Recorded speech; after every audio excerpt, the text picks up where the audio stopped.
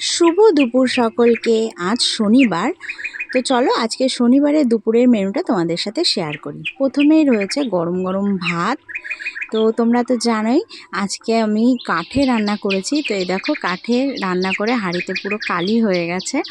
তো আজকে রান্নাগুলো আলাদাই একটু টেস্ট হবে, কারণ হচ্ছে কাঠে রান্না করলে সবাই বলে অনেক বেশি স্বাদ হয়। তো প্রথমেই দেখো এখানে কেটে নিয়েছি পাতি লেবু, আর তারপরে এখানে করেছি হচ্ছে পটল ভাজা। তো পটল ভাজা করেছি এই যে। তো কাঠে যেহেতু রান্না করছি অনেক দিন পর, আর আমার অতটা অভ্যাস নেই, তাই না পটলগুলো একটু বেশি ভাজা হয়ে গেছে। আর কাঠের জাল যখন দাউ দাউ করে জ্বলে তখন একটু বেশি ভাজা হয়ে গেছে। তো আর এখানে করেছি হচ্ছে পোস্ত পটল। এই পোস্ত পটলটা খেতে আমার ভীষণ ভালো লাগে, আর পটল যেহেতু আমার ভীষণ ফেভারিট। আর এই পোস্ত পটলটার মধ্যে একটু সর্ষেও দিয়েছিলাম, আর পটলগুলো ছিল আস্তে আস্তে করে, এটা বেশ ভালো লাগে খেতে। তো আর এদিকে করেছিলাম ডিমের ঝোল, বড় বড় করে আলু দিয়ে একদম গরম মশলা দিয়ে ডিমের ঝোল করেছিলাম।